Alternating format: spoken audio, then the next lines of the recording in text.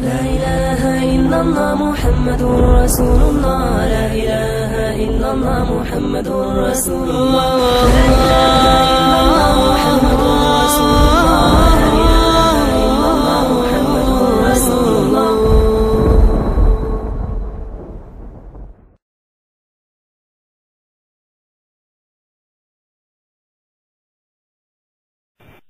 أشهد أن لا إله إلا الله وحده لا شريك له وأشهد أن سيدنا وسندنا ونبينا ومولانا محمدا عبده ورسوله صلى الله تعالى عليه وعلى آله وأصحابه وبارك وسلم تسليما كثيرا.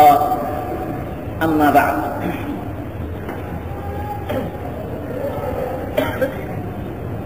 قال لقمان لابنه يا بني من لا يملك لسانه يندم ومن يبصر المراء يشتم ومن يدخل مداخل السوء يتهم ومن يصحب صاحب السوء لا يسلم ومن يصحب الصاحب الصالح يغنم ومن طلب عزا بغير عز جز الذل جزاء بغير ظلم ومن أرض الأخلاق للدين حب الدنيا والشرف ومن حبب يستحب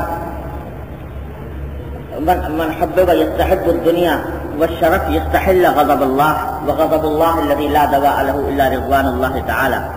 ومن أعون الأخلاق على الدين الزهادة في الدنيا ومن يزهد في الدنيا يعمل لله تعالى ومن يعمل لله تعالى يأجره الله عز وجل. یہ حدیث ہے جس میں حضرت لقمان کہ اپنے بیٹے کو نصیحتیں بیان کی گئی. حضرت لقمان علیہ السلام کا ذکر قرآن کریم میں بھی آیا ہے. اردو میں لقمان حکیم کے نام سے مشہور ہیں. لقمان حکیم، اور حکیم یہ وہ طبیب والے حکیم نہیں بلکہ حکمت والے، کہ اللہ تبارک و تعالیٰ نے ان کے دل پر حکمت کی باتیں جاری فرمائی تھی اور زبان پر جاری فرمائی تھی، تو ان کی حکمت کی باتیں بہت مشہور ہیں. اس واسطے لقمان حکیم کہلاتے ہیں. اور قرآن کریم میں بھی ان کا ذکر آیا ہے. اور اس میں علماء کا اختلاف ہے کہ آیا یہ پیغمبر تھے یا نہیں تھے. بعض علماء فرماتے ہیں کہ یہ پیغمبروں میں سے ہیں، انبیاء کرام علیہ السلام میں سے ہیں. بعض حضرات کہتے ہیں کہ پیغمبر تو نہیں تھے لیکن اللہ تبارک و تعالیٰ کے نیک بندے تھے. بہر صورت چاہے پیغمبر ہوں یا نہ ہوں، اللہ تبارک و تعالیٰ نے ان کا ذکر فرمایا قرآن کریم، اور ایک پوری سورت انہی کے نام سے ہے قرآن مجید، سورہ لقمان. اور اس میں خاص طور پر قرآن کریم نے جو چیز تفصیل سے بیان کی ہے وہ یہ کہ حضرت لقمان نے اپنے بیٹے کو کچھ نصیحتیں فرمائیں. تو وہ نصیحتیں قرآن کریم نے پوری کی پوری نقل فرمائی. اور اللہ تبارک و تعالیٰ کا کسی مخلوق کی بات کو نقل کرنا کہ میرے فلاں بندے نے یہ بات کہی، تو یہ معمولی مقام نہیں کہ اللہ تبارک و تعالیٰ اپنے کسی بندے کی کوئی بات نقل کر رہے ہیں اور دوسروں کے سامنے بیان فرما رہے ہیں کہ دیکھو میرے فلاں بندے نے کیسی بات کہی، یعنی کتنی اچھی بات ہے. تو وہ تائید بھی ہے، تصدیق بھی ہے، اور اس بندے کے بڑے اعلیٰ مقام کی دلیل بھی ہے کہ کتنے اونچے مقام کا وہ بندہ تھا کہ اللہ تعالیٰ کو اس کی وہ نصیحتیں بڑی پسند آتی. اذ قال لقمان لابنه وهو يعظه يا بني لا تشرك بالله ان الشرك لظلم عظيم. یہ کہہ کر قرآن کریم نے نقل کیا. تو اس وقت کو یاد کرو جب لقمان نے اپنے بیٹے کو نصیحت کرتے ہوئے یہ باتیں کہی. اور ساتھ میں اس میں اشارہ اس طرف بھی کر دیا کہ یہ ہر باپ کا فریضہ ہے، ہر باپ کے فرائض میں یہ بات داخل ہے کہ وہ کبھی کبھی اپنے بیٹوں کو، اپنی اولاد کو نصیحت کیا کریں اچھی باتوں سے. یہ نہیں کہ باپ جو ہے وہ محض ظاہری اور جسمانی پرورش کر کے فارغ ہو جائے، صرف اس کی دنیا کو درست کر کے فارغ ہو جائے، اس کو کام پر لگا کر فارغ ہو جائے، اس کے لیے کوئی بہتر مشورہ تلاش کر کے فارغ ہو جائے، بلکہ اس کو دھیان رکھنا ہے ہر قدم تک کہ بیٹا یا اولاد صحیح راستے پر جا رہی ہے یا غلط راستے پر جا رہی ہے۔ یہ ایک مومن کے فرائض میں داخل ہے۔ اسی لیے قرآن کریم نے خاص طور پر اور باتیں چھوڑ کر حضرت لقمان کی وہ باتیں نقل کی جو اپنی اولاد کو انہوں نے فرمائی، اور اولاد کو نصیحت کرنا یہ سارے انبیاء علیہ السلام کا شیوا رہا۔ قرآن کریم نے کئی جگہ مختلف انبیاء علیہ السلام کے واقعات نقل کیے ہیں۔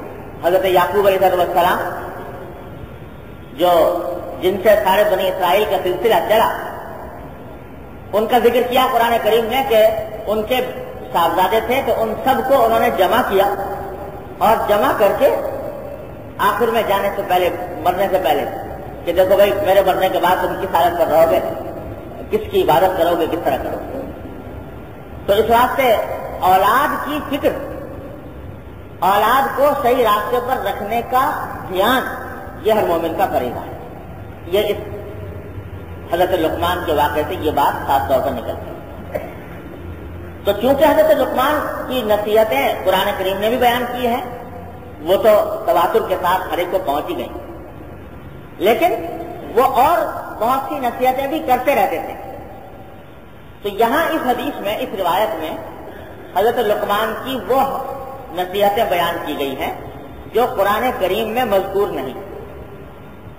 غالباً صحابہ کرام نے حضور اقدس سرور دو عالم صلی اللہ علیہ وسلم سے سنی ہوں گی، اور اس کی وجہ سے انہوں نے حضرت لقمان کی طرف منسوب کر کے یہ جملے نقل کیے۔ لیکن ایک ایک جملہ اس نصیحت کا ایسا ہے جو یہاں مذکور ہے کہ آب زر سے لکھنے کے لائق، اور آب زر کیا چیز ہے؟ اصل میں لوح دل پر نقش کرنے کے لائق، ہمیشہ اپنا دستور العمل بنانے کے لائق، ایک ایک جملہ موتیوں میں ٹکا ہوا۔ تو وہ نصیحت یہ ہے، یہ فرمایا کہ یا بنیا، اے بیٹے، من لا یملک لسانہ یندا، پہلا جملہ یہ تھا، جو شخص اپنی زبان کو قابو میں نہ رکھے وہ کبھی نہ کبھی پچھتائے گا۔ ایک جملہ دیکھ لیجیے، چھوٹا سا جملہ ہے لیکن معنی کی کائنات پوشیدہ ہے۔ جو شخص اپنی زبان قابو میں نہ رکھے وہ کبھی نہ کبھی پچھتائے گا۔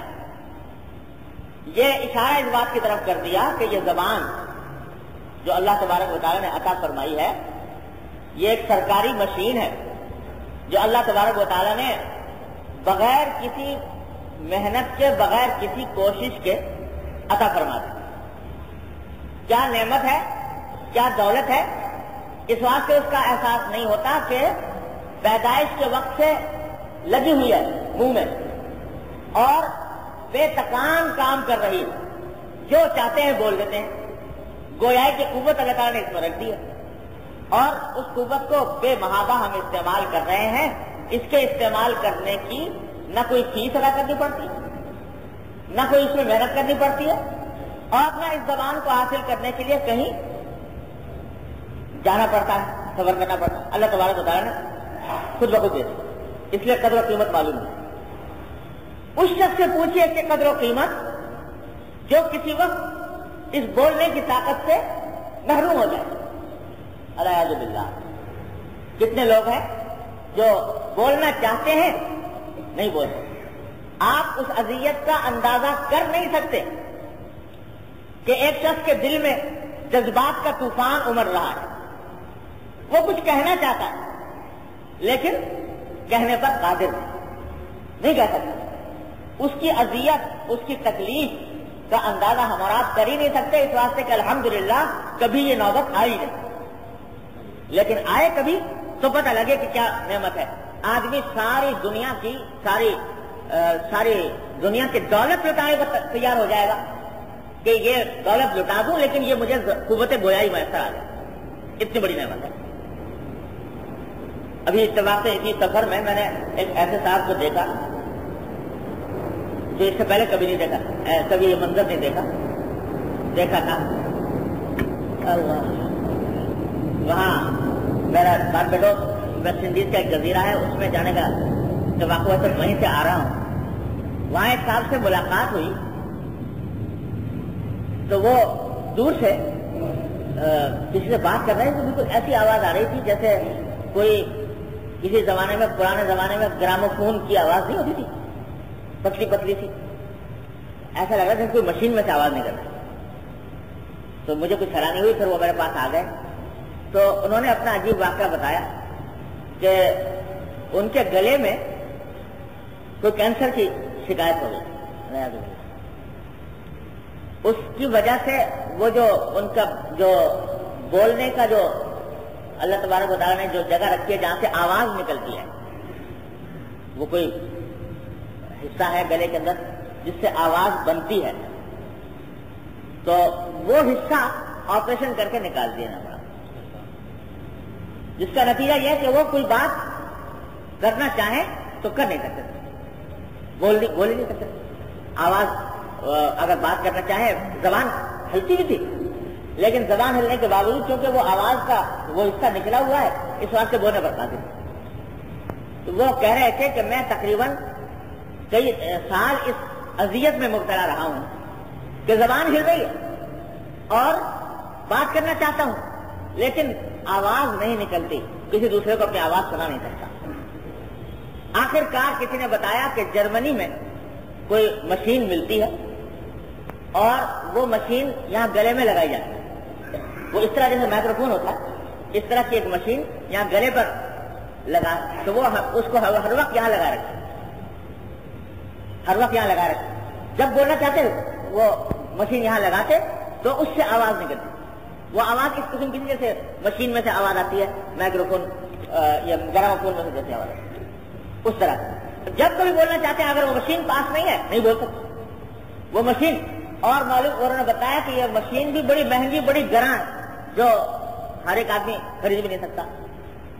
لیکن وہ کہتے ہیں کہ جس دن سے یہ مشین مجھے ملی ہے، اپنی بہت دولت خرچ کرنے کے بعد، اس دن سے ایسا معلوم ہوتا ہے کہ میں جنت میں آ گیا. حالانکہ اب بھی ان کی آواز نارمل نہیں، معمول کے مطابق نہیں، لیکن کم از کم اتنا تو ہو گیا کہ اگر کبھی بولنا چاہتے ہیں تو وہ مشین لگا کر بول دیں. تو یہ اس پر وہ بتا رہے تھے کہ میں اس درجہ عاجز آ گیا تھا کہ میں اپنی ساری جائیداد، ساری دولت خرچ کر دوں اور کسی طرح یہ مجھے ایسی کوئی آلہ مجھے مل جائے کہ میں اپنی آواز کہہ دوں.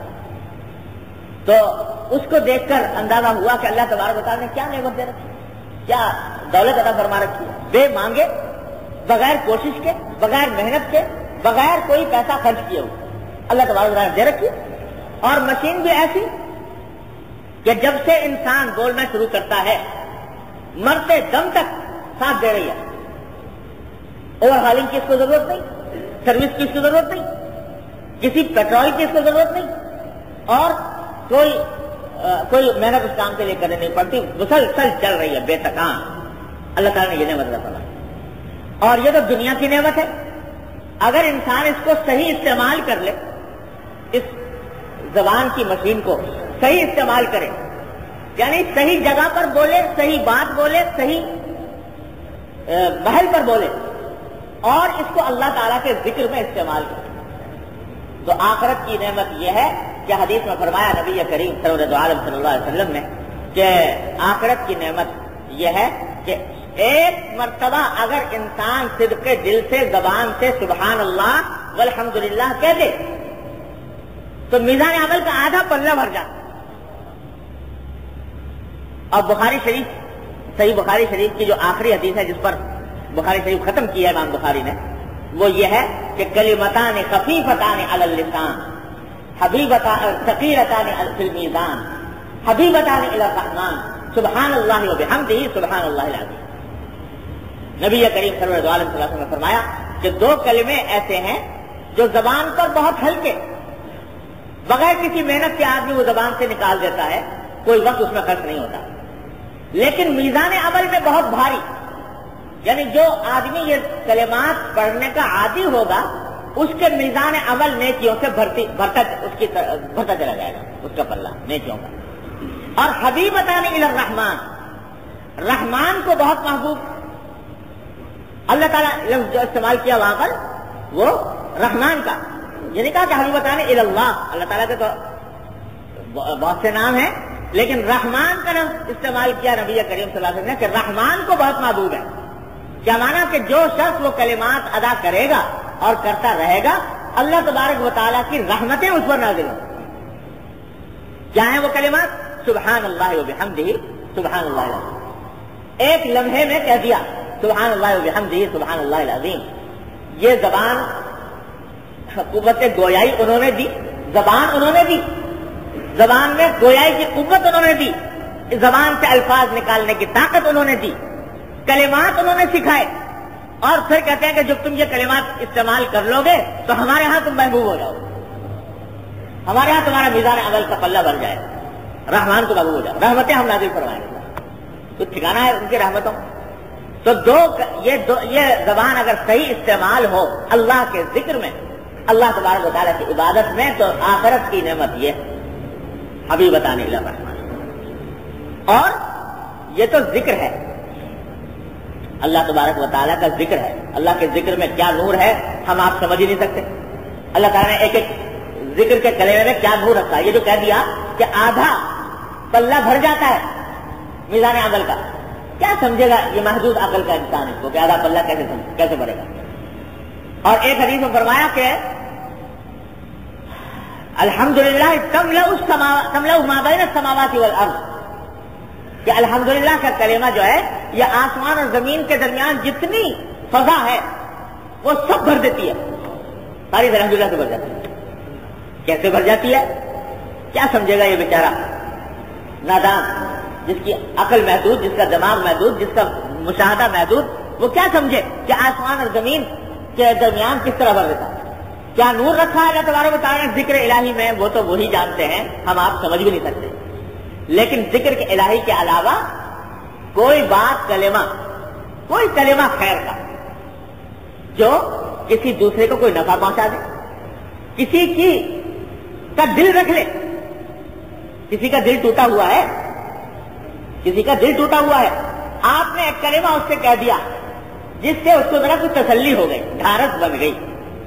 تو یہ کلمہ جو بولا زبان سے، حدیث میں فرمایا نبی کریم سرور دو عالم صلی اللہ علیہ وسلم نے کہ من عزا ثقلا کسی بردن یوم القیامہ، کہ جو شخص کسی ایسی عورت کو جس کا بچہ گم ہو گیا اس کو دو کلمے تسلی کے کہہ دے کہ بھائی مل جائے گا، فکر نہ کرو مل جائے گا، یا یہ کہ اللہ تعالیٰ تمہیں بہت اجر دیں گے. کوئی کلمہ تسلی کا کہہ دیا. جو شخص یہ کلمہ تسلی کا کہہ دے کسی ایسی عورت کو، اللہ تبارک و تعالیٰ جنت میں اس کو خصوصی لباس پہنائیں گے. یہ فرما رہے ہیں. تو ایک کلمہ ہمدردی کا، تسلی کا، ڈھارس بنانے کا، کسی کا دل رکھ لینے کا، یہ زبان اس کام کے لیے یہ کام. کوئی کلمہ خیر کا کہہ دیا، کسی کو کوئی نیک بات بتا دی. بھائی دیکھو نماز اس طرح پڑھا کرتے ہیں، نماز پڑھنے کا طریقہ یہ ہے، جو اس کو سنت یہ ہے، اس طریقے سے پڑھتے ہیں. آپ نے یہ کلمہ کہہ دیا کسی سے، اب ساری عمر وہ جب تک اس سنت پر عمل کرے گا آپ کو سنت کا ثواب ملتا رہے. اس کے ثواب میں کمی نہیں ہوگی، آپ کے ثواب میں اضافہ ہوگا.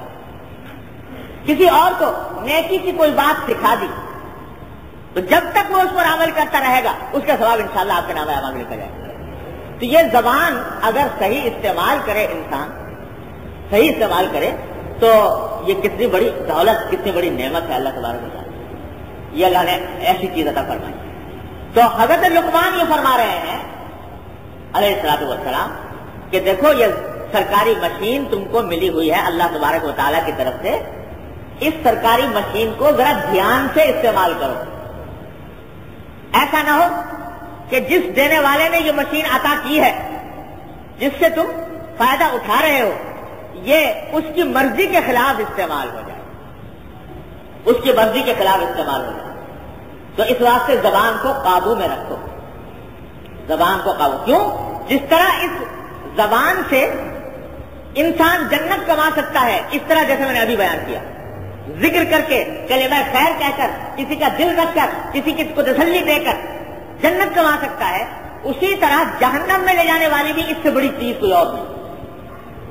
حدیث میں فرمایا نبی کریم صلی اللہ علیہ وسلم نے کہ حل یکب الناس فی النار علی وجوہہم الا حصائد السنتہم او کما قال صلی اللہ علیہ وسلم، کہ جو لوگ جہنم میں اوندھے منہ کر کے گرائے جائیں گے، یہ الفاظ ہیں اوندھے منہ کر کے جہنم میں جو لوگ گرائے جائیں گے، ان میں سب سے بڑی وجہ جہنم میں گرانے کی وہ زبان ہوگی کہ زبان کو غلط استعمال کیا. اس زبان کے غلط استعمال کرنے کی وجہ سے جہنم لازم ہوگا. اب دیکھو کفر بھی ہوتا ہے نا، وہ کہاں سے بولے؟ کفر کا اظہار کہاں سے ہوتا ہے؟ زبان. آدمی کوئی کلمہ کفر کا بول دے الیاذ باللہ تو ہمیشہ ہمیشہ کے لیے جہنمی ہوگا الیاذ باللہ. اور کفر کو چھوڑ دو، فسق کی کوئی بات، جھوٹ بولا، غیبت کی، کسی کو برا بھلا کہہ دیا، کسی کا دل توڑ دیا، یہ الفاظ سے زبان سے باتیں نکل رہی ہیں اور انسان کو جہنم کی طرف کشاں کشاں لے جائے. تو یہ زبان بڑی نازک چیز ہے. حدیث میں فرمایا نبی کریم صلی اللہ علیہ وسلم نے کہ من یضمن لی ما بین لحیی وما بین رجلی اضمن لہ الجنہ او کما قال صلی اللہ علیہ وسلم. جو شخص مجھے دو چیزوں کی گارنٹی دے دے. سرکار دو عالم صلی اللہ علیہ وسلم نے بھی عجیب عجیب انداز سے اس امت کے واسطے تعلیمات عطا فرمائی ہیں، قربان جائے انسان. فرمایا کوئی آدمی مجھے دو چیزوں کی گارنٹی دے دے، میں اس کو جنت کی گارنٹی دیتا ہوں. کیا گارنٹی دے دے؟ کہتے ہیں ایک تو اس چیز کی گارنٹی دے دے جو اللہ تعالیٰ نے انسان کے جبڑوں کے درمیان رکھی ہے، یعنی زبان. یعنی اس بات کی گارنٹی دے دے کہ جبڑوں کے درمیان جو سرکاری مشین ہے یعنی زبان، اس کو غلط استعمال نہیں کرے گا، اس کو جھوٹ میں استعمال نہیں کرے گا، اس کو غیبت میں استعمال نہیں کرے گا، اس کو دلازاری میں استعمال نہیں کرے گا، اس کو فسق و فجور میں استعمال نہیں کرے گا. اس بات کی گارنٹی دے دے تو میں اس کو جنت کی گارنٹی دے دوں. اور دوسرے مجھے گارنٹی دے دے اس چیز کی جو ٹانگوں کے درمیان ہے یعنی شرمگاہ، تو کہ اس کو غلط استعمال نہیں کرے گا، اس کی وجہ سے اس لائن کے گناہوں میں مبتلا نہیں ہوگا. تو دو چیزوں کی گارنٹی دے دے تو میں جنت کی گارنٹی دیتا ہوں. اب جس کی گارنٹی سرکار دو عالم صلی اللہ علیہ وسلم دے دیں تو میں گارنٹی دیتا ہوں جنت کی، اس سے بڑی اور کیا گارنٹی چاہیے؟ لیکن دو چیزیں، زبان کی ضمانت اور شرمگاہ کی ضمانت. تو بھائی یہ زبان کو قابو میں. کسی واسطے نبی کریم صلی اللہ علیہ وسلم نے ایک صحابی نے پوچھا کہ یا رسول اللہ مجھے کچھ نصیحت فرما دیں، مجھے کوئی نصیحت فرما دیں. تو آپ نے فرمایا املک علیک لسانک، بس نصیحت یہ ہے کہ زبان کو قابو میں رکھو. قابو میں رکھنے کے معنی یہ ہے کہ یہ قینچی کی طرح جو صبح سے شام تک چلتی رہتی ہے، اب پرواہ نہیں کہ کیا لفظ نکل رہا ہے زبان سے، فکر نہیں، دھیان نہیں، بے تکان بے محابہ چل رہی ہے. نہ جھوٹ سچ کا پتہ ہے، نہ غیبت اور عدم غیبت کا پتہ ہے، نہ اس بات کا خیال ہے کہ میں جملہ جو بول رہا ہوں یہ دوسرے آدمی کو کے اوپر کیا اثر ڈالے گا. تو یہ جو چل رہی ہے اس کو تھوڑا قابو کرے. حضرت صدیق اکبر رضی اللہ تعالیٰ عنہ، اللہ اکبر، صدیق اکبر، صدیق کی کیا مانا؟ سب سے زیادہ صدق کے حامل، یعنی نبی کے بعد دوسرا درجہ صدیق کا ہوتا ہے. اور حضرت مجدد صاحب فرماتے ہیں رحمت اللہ علیہ، حضرت مجدد الفسانی رحمت اللہ علیہ، کہ میں بتاؤں تمہیں صدیق کسے کہتے ہیں؟ یعنی عالم کشف میں اللہ تعالیٰ نے ان کو مشاہدہ کرایا صدیق کے مقام میں. عالم کشف میں مشاہدہ کرایا تو کشف میں یہ دیکھا، کہتے ہیں کہ میں نے دیکھا کہ صدیق کا مقام یہ ہے کہ ایک طرف نبی کو کھڑا کر دو علیہ الصلوۃ والسلام اور سامنے اس کے آئینہ رکھ دو، تو جو خارج میں نبی کا وجود نظر آ رہا ہے وہ نبی ہے، اور آئینے میں جو عکس نظر آ رہا ہے وہ صدیق. یہ مقام ہے صدیق. آئینے میں جو عکس نظر آ رہا ہے وہ صدیق، کہ نبی کا جربہ ہوتا ہے اپنے اخلاق میں، اپنی سیرت میں، اپنے کردار میں، اپنے عقیدے میں، اپنے مزاج میں، اپنے مذاق میں یہ مقام آتے ہیں صدیق. اور یہی وجہ ہے کہ اللہ تعالیٰ زبان پر بھی وہ بات جاری فرما دیتے ہیں صدیق کے جو نبی کی بات ہے. اللہ حضور نبی کریم صلی اللہ علیہ وسلم پر جب وحی آنی شروع ہوئی وحی، تو آپ سب مسلمان جانتے ہیں واقعہ کہ آپ کو اس کی ذمہ داری کے احساس کی وجہ سے چارہ کر دیا. اور کیونکہ پہلے واقعہ پیش آیا تھا، خدیجہ کبریٰ رضی اللہ تعالیٰ بھی پریشان ہو گئی. پریشان ہو کر سوچا کیا کروں، کہاں لے جاؤں. تو ورقہ بن نوفل نصرانیوں کے عالم تھے، تو ان کے پاس لے گئے. تو حضرت خدیجہ کبریٰ رضی اللہ عنہا نے کہا کہ ان کو ساتھ ایسا واقعہ پیش آیا اور جاڑا چڑھ گیا ہے اور بہت مجھے پریشانی ہے کہ خدا جانے کیا انجام ہونے والا ہے.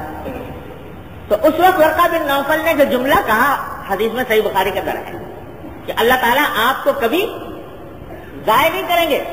کیوں؟ انک تحمل الکل وتکسب المعدوم وتقری الضیف. یہ الفاظ کہ آپ محتاجوں کی آپ مدد کرتے ہیں، مہمانوں کی آپ مہمانداری کرتے ہیں، مفلسوں کے لیے کما کر مفلسوں کو دیتے ہیں. یہ الفاظ کہے ورقہ بن نوفل. یہ الفاظ ورقہ بن نوفل کے لفظ بلفظ منقول ہیں صحیح بخاری میں. حضرت صدیق اکبر رضی اللہ تعالیٰ عنہ ایک کے ساتھ یہ قصہ ہوا کہ ظاہر کافر تو ان کے دشمن تھے، تو ایک مرتبہ دشمنوں سے اکتا کر وہ انہوں نے سوچا کہ میں بھی ہجرت کر کے چلا جاؤں، مکہ مکرمہ چھوڑ کے چلا جاؤں. جب نکل کھڑے ہوئے تو راستے میں ان کے ایک دوست ملے. پوچھا بھائی کہاں؟ کہا کہ بھائی یہ مکے والے مجھے ستا رہے ہیں اور یہاں رہنے نہیں دیتے، لہذا میں اب چھوڑ کے جا رہا ہوں ادھر. تو ان کے دوست نے کہا کہ بھائی تم جیسے آدمی کو تو لوگ ستاتے ہیں، بہت افسوس کی بات ہے، اور تم جیسا آدمی مکہ چھوڑ کے اس وجہ سے چلا جائے کہ مکے کے لوگ ستاتے ہو، یہ ٹھیک نہیں ہے. کیونکہ تمہارا حال یہ ہے کہ انک تحمل الکل وتقری الضیف وتکسب المعدوم. یعنی وہی لفظ جو ورقہ بن نوفل نے نبی کریم صلی اللہ علیہ وسلم کے بارے میں کہے تھے، ان کے دوست نے وہی الفاظ ان کے بارے میں. اسے مجدد صاحب فرما رہے ہیں کہ یہ نبی ہے تو یہ ان کا عکس، یہ مقام ہے صدیق. ایک دو نہیں، بہت سی جگہوں پر ایک صاحب پہنچتے ہیں حضور اقدس صلی اللہ علیہ وسلم سے کوئی بات کہتے ہیں، تو حضور اقدس صلی اللہ علیہ وسلم جواب دیتے ہیں. وہی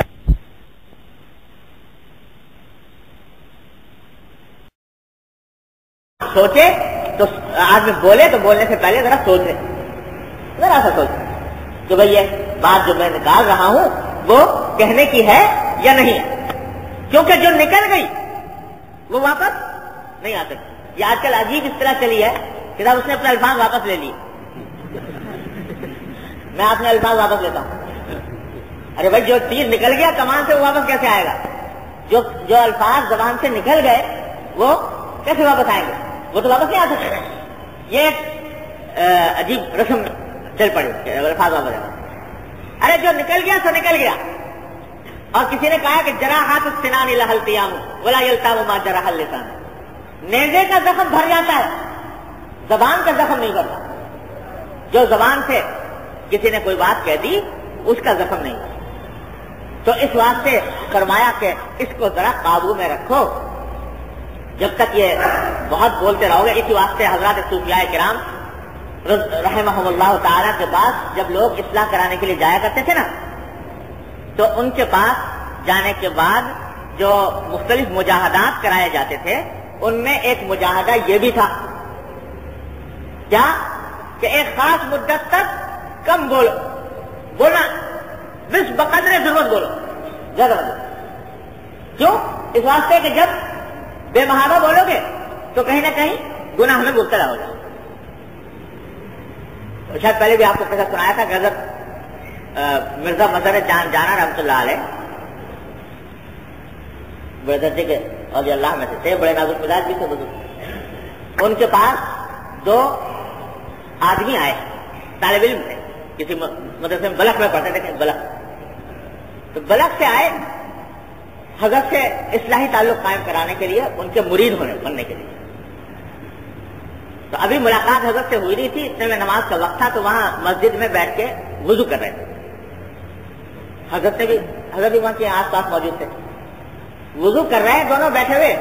تو ایک نے کہا کہ بھائی یہ حوض جو ہے، یہ حوض ہمارے بلخ میں جو ہماری مسجد ہے فلاں، اس مسجد سے کے حوض سے یہ حوض بڑا ہے. دوسرے کا نہیں ہمارے بلخ کا حوض زیادہ بڑا ہے.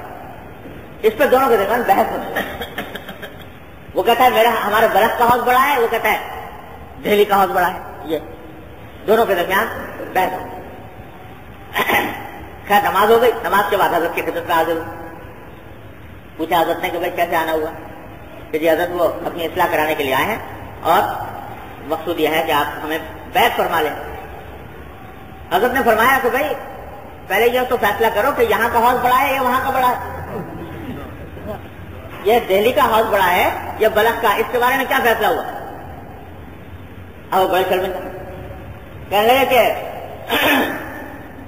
یہ پہلے ایسا کرو کہ آپ بلخ واپس جاؤ اور وہاں سے حوض کو ناپو اور ناپ کر پھر یہاں آ کر اس کو ناپو. پہلے اس کا فیصلہ کرو، جب تک فیصلہ نہیں ہوتا بیعت نہیں کرو.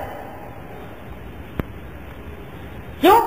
اس واسطے کہ آپ کی جو یہ گفتگو تھی اس سے دو باتیں معلوم ہوئی.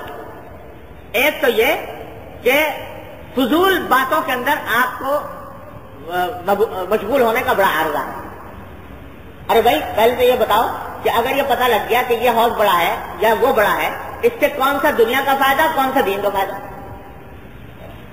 اب اس زبان کو اور ذہن کو اور وقت کو ایسی چیز کی تحقیق میں صرف کرنا کہ جس میں نہ دین کا فائدہ نہ دنیا کا فائدہ، تو یہ جو ہے یہ تو کوئی طریقہ صحیح نہیں، فضول کی بحث. تو ایک یہ بات معلوم ہوئی کہ فضول بحثوں میں لگنے کا عارضہ ہے آپ کو. دوسری یہ بات معلوم ہوئی کہ تحقیق ہے نہیں، تحقیق سے بات کہنے کا ملکہ نہیں ہے، بلکہ جو زبان پہ آ گیا اندازہ لگایا اور اندازے کو یقین بنا دیا. جیسے کہ آج کل ہم سب اللہ بچائے مبتلا رہتے ہیں، کہتے کہ نہیں کہتے؟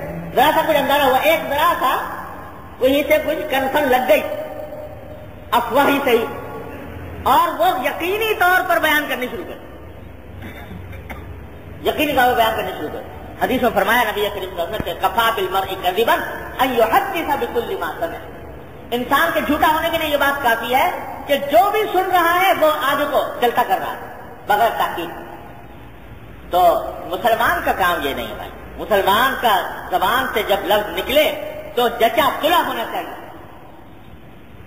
جچا تلا ہونا چاہیے، نہ ادھر نہ ادھر،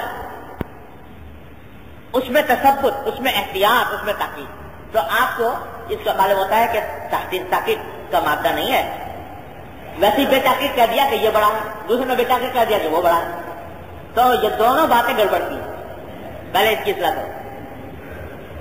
تو غرض یہ تو میں نے ایک مثال دے دی، لیکن آپ دیکھو کہ ہم دن رات صبح سے شام تک زبان چل رہی ہے کیسی کی طرح، اور اس میں پرواہ نہیں ہے کیا کلمہ زبان سے نکال دیا. بعض لوگ ہوتے ہیں ان کی زبان میں ڈنک ہوتا ہے. ہمارے حضرت والد صاحب فرمایا کرتے تھے رحمۃ اللہ علیہ کہ بعض آدمی کی زبان میں ڈنک، جب بولے گا کوئی تانا دے گا، کوئی اعتراض کرے گا، کوئی شکایت کرے گا، اور اس کے نتیجے میں دوسرے آدمی کا دل ٹوٹ جائے گا. الحمد للہ. تو کچھ لوگ اللہ تعالیٰ پیدا فرماتے ہیں ایسے، اور جس کو بھی اللہ تبارک و تعالیٰ اپنے ساتھ تعلق عطا فرمائے، ان کی زبان کیا ہوتی ہے؟ شہد. اور شہد ہی کیا حقیقت رکھتا ہے کہ ایک کلمہ بول دیا اور اس سے انسان کے دل میں ٹھنڈک پڑ گئی. اور کسی کے زبان میں ڈنک ہوتا ہے کہ وہ ہر ایک کو تانا دیتا پھرتا ہے، ہر ایک کی شکایت کرتا پھرتا ہے، ہر ایک کو برا بھلا کرتا پھرتا ہے. تو یہ چیز جو ہے دوسروں کا دل توڑتی ہے. ہمارے حضرت سے اللہ تعالیٰ درجات بلند فرمائے، حضرت ڈاکٹر صاحب صلی اللہ علیہ وسلم سے میں جب کہہ رہا تھا کہ بعض لوگوں کی زبان میں شہد ہوتا ہے تو مجھے تو حضرت یاد آیا. حضرت کی خدمت میں جب کبھی حاضری ہوئی اور جب کبھی کوئی بات پیش کی، ایک جملہ ایسا بول دے، ہمیشہ کھلا ہوا پھول، ہمیشہ شگفتہ گلاب، اور ایک کلمہ ایسا بول دیا. اگر کوئی سمجھانا بھی ہے بعض اوقات جو توبیخ بھی فرماتے تھے، ڈانٹتے بھی تھے، لیکن اس کے باوجود بات ایسی تھی کہ انسان کے دل میں ٹھنڈک پڑ گئی. تو اللہ تبارک و تعالیٰ اپنے رحمت سے ہم سب کو ایسا بنا دے، ایسی زبان عطا فرما دے، نہ یہ کہ وہ ڈنک والی زبان. ہر چیز کے اندر آدمی اعتراض ہے، اعتراض. بعض لوگ ہوتے ہیں کہ کسی حال میں خوش نہیں، ہر حالت میں اعتراض، ہر حالت میں شکوہ، ہر حالت میں برا بھلا کہنا، تانا و تشنیع. حدیث میں فرمایا نبی کریم صلی اللہ علیہ وسلم کہ لیس المؤمن بالطعان ولا باللعان. مومن تانا دینے والا نہیں ہوتا، مومن لعنت کرنے والا نہیں ہوتا. مومن کا کام یہ ہے کہ وہ زبان کو صحیح استعمال کرے. تو یہ عادت پڑتی ہے کس طرح کہ انسان اپنی زبان کو دھیان سے استعمال کرے. وہ جو کسی نے کہا کہ پہلے تولو پھر بولو، پہلے تولو، یعنی جو بات کرنے جا رہے ہیں اس کو تول کے دیکھو کہ کس حد تک صحیح ہے، اس کے بعد پھر بولو، بغیر اس کے نہیں. تو بھائی یہ جو حضرت لقمان کی نصیحت ہے وہ کیا کہ جو من لا یملک لسانہ یندم. انجام اس کا کیا ہوگا کہ جو شخص قابو میں نہیں رکھے گا زبان کو، جاؤ بیجا استعمال کرتا رہے گا، کبھی نہ کبھی پچھتائے گا. کبھی دنیا میں پچھتائے گا، دنیا میں پچھتائے گا تو ہو میرے منہ سے یہ لفظ نکل گیا غلط اور اس سے فلاں نقصان پہنچا. کبھی دنیا میں پچھتائے گا، دنیا میں اکثر و بیشتر پچھتا جاتا ہے، پشیمانی ہو جاتی ہے. اور اگر یہاں نہیں پچھتایا تو آخرت میں تو پچھتائے گا ہی پچھتائے گا. الیاذ باللہ، آخرت میں تو پچھتائے گا. اور جیسے میں نے عرض کیا کہ اس زبان کے گناہوں میں ایک بہت بڑا حصہ ہوتا ہے حقوق العباد کا. اگر آپ نے زبان سے کوئی کلمہ کہا اور اس سے کسی کی دل آزاری ہوئی، دل ٹوٹا، تو اس دل آزاری کا گناہ ایسا ہے کہ نری توبہ سے معاف بھی نہیں ہوگا. گھر میں بیٹھ کے توبہ، اس کا تو دل توڑ دیا، گھر میں بیٹھ کے اللہ میرے توبہ کر، یا اللہ معاف کر دیجیے مجھ سے غلطی ہو گئی. اللہ میں کہتا نہیں کرتا میں معاف. جب تک میرے بندے جس کا دل توڑا ہے جب تک اس سے معافی نہیں مانگو گے وہ معاف نہیں کرے گا، میں نہیں کرتا معاف. تو یہ دل آزاری کا گناہ ایسا ہے کہ اس کی معافی بھی بغیر اس شخص کی معافی کے نہیں ہو، اس لیے آسان نہیں ہے معاملہ. تو زبان کے غلط استعمال کرنے سے انسان بسا اوقات ایسے گناہوں میں مبتلا ہوتا ہے کہ کبھی اگر توفیق بھی ہو لوٹنے کی، توبہ کرنے کی، تو توفیق اس کا راستہ کوئی نہیں سوائے اس کے جو معافی مانگ. اب بہت سے وہ لوگ ہیں کہ آپ نے دل توڑا اور وہ اللہ کے یہاں رخصت ہو گیا، اللہ تعالیٰ کے یہاں پہنچ گیا. کرواؤ معاف، ان سے کیسے کرواتے ہیں؟ کیسے معاف کرواؤ؟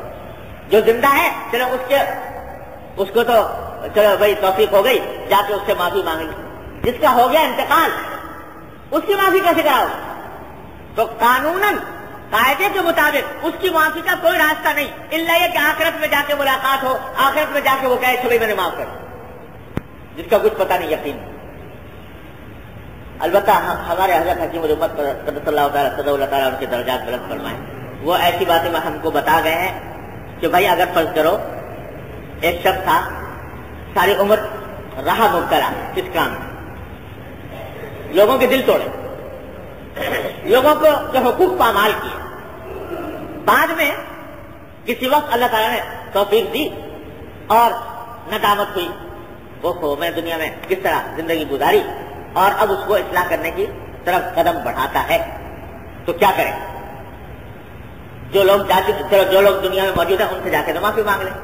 جو لوگ چلے گئے دنیا سے تو ان کے تو کچھ گارنٹی کوئی نہیں دے سکتا، ان کا کیا کریں؟ تو حضرت حکیم الامت صلی اللہ علیہ وسلم اس کا بھی راستہ بتا دیں. ایک راستہ ایسا ہے کہ اس کے اوپر عمل کرو تو یقین سے تو نہیں کہہ سکتے پھر بھی، لیکن امید ہے اللہ تعالیٰ کی رحمت سے کہ انشاءاللہ معافی کا راستہ نکل آئے. کیا سوچو کن کن کی دل آزاری کی تھی، کن کن کے حقوق پامال کیے تھے وغیرہ وغیرہ، اور سوچ کر ان لوگوں کے حق میں دعا کیا کرو، ان لوگوں کے حق میں استغفار کرو، اللہ تعالیٰ سے ان کی مغفرت مانگو، اللہ تعالیٰ توفیق دے ان کے حق میں ایصال ثواب کرو کہ یا اللہ میں نے یہ عبادت کی، اس کا ثواب ان کو پہنچا دے. جب ان کے ساتھ یہ سلوک کرو گے، ان کے حق میں دعا کر رہے ہو، ان کے لیے مغفرت مانگ رہے ہو، ان کے لیے ایصال ثواب کر رہے ہو، تو انشاءاللہ ثم انشاءاللہ امید ہے اللہ تعالیٰ کی رحمت سے کہ جب آخرت میں سامنا ہوگا اللہ تعالیٰ فرمائیں گے دیکھو بھائی یہ بندہ میرا اس نے زندگی میں اس کو تنبہ ہو گیا تھا اور اس نے تمہارے حق میں یہ دعائیں بھی کی استغفار بھی کیا تو تم معاف کر دو. تو اللہ تعالیٰ کی رحمت سے امید ہے کہ انشاءاللہ وہ معاف کروا دیں گے. لیکن جو قانون کی بات ہے وہ یہ کہ جب تک وہ معاف نہیں کرے گا نہیں ہوگا. اس لیے بڑی ہی سنگین بات ہے. تو خلاصہ اس کا جو بات ہے وہ کیا کہ زبان کو کثرت سے استعمال بلا بے جاؤ بیجا کرنے سے بچو. املک علیہ کا لسان. میرے حضرت صاحب صلی اللہ علیہ وسلم کے پاس ایک صاحب آیا کرتے تھے تو بولتے مسجد میں بیٹھ گئے تو کسی کو بولنے دیتے ہی نہیں. جب شروع ہو گیا تو بس ختم ہونے کا نام. تو بہت دن تک بیچارے والے صاحب برداشت کرتے تھے. تو لیکن کسی وقت انہوں نے کہا کہ حضرت میرا اصلاحی تعلق قائم کرنے کا ارادہ ہے تو آپ مجھے کوئی راستہ کوئی طریقہ بتائیے کیا وظیفہ پڑھوں کیا تسبیح پڑھوں. حضرت فرمایا کہ تمہارا وظیفہ تسبیح یہ ہے کہ زبان میں تالا ڈالو. وظیفہ تسبیح کچھ نہیں, تمہارا وظیفہ تسبیح یہ ہے کہ اس زبان میں تالا ڈالو, یعنی اس کو اپنے قابو میں کرو. یہ جو ہر وقت چلتی رہتی ہے زبان, اس کو چاہے جائز ہی بات کہہ رہا ہو لیکن اتنی کثرت سے بولتا ہے, اتنی کثرت سے بولتا ہے کہ کبھی نہ کبھی پھسل جائے ادھر سے ادھر. اس واسطے اس کو کب کرو. تو مجاہدات جو صوفیاء کرام نے بتائے ہیں ان میں بہت اہم مجاہدہ ہے تقلیل کلام, اور یہ مجاہدہ سنت سے ثابت ہے. نبی کریم صلی اللہ علیہ وسلم فرمایا کہ کل خیرن و الا فصمت او کما قال, صحیح بات کہو ورنہ خاموش رہو. اور ایک حدیث میں فرمایا من صمت نجا, جو خاموش رہا وہ نجات پا گیا. بولنے میں ہے. شیخ سعدی فرماتے ہیں کہ چاہے وہی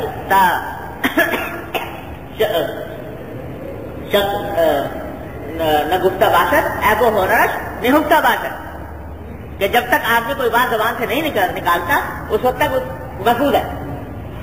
لیکن جسے جب بولے گا تو بولنے سے یا عیب ظاہر ہوگا یا ہنر ظاہر ہوگا. تو اس واسطے کم بول. ظاہر ہے یہ تو نہیں ہو سکتا کہ جب اللہ نے زبان دی ہے بولنے کے لیے تو بالکل ہی بند کر کے بیٹھ جائے اس کو, یہ تو نہیں ہو سکتا.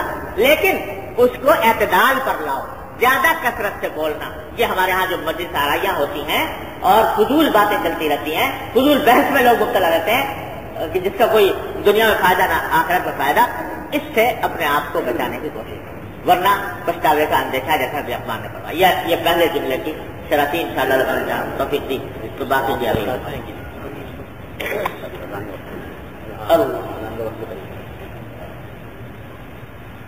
ہاں, یہ جو میں نے کہا تھا کہ حضور اقدس صلی اللہ علیہ وسلم کے لیے فرمایا کسی نے, فرمایا ورقہ بن نوفل نے کہ آپ محتاجوں کی مدد کرتے ہیں. یہ کسی نے پرچہ بھیجا ہے, شاید مجھے مغالطہ ہو. حضرت خزرت کبریٰ نے فرمایا تو یہ الفاظ حضور اقدس صلی اللہ علیہ وسلم سے مجھ سے غلطی ہوئی.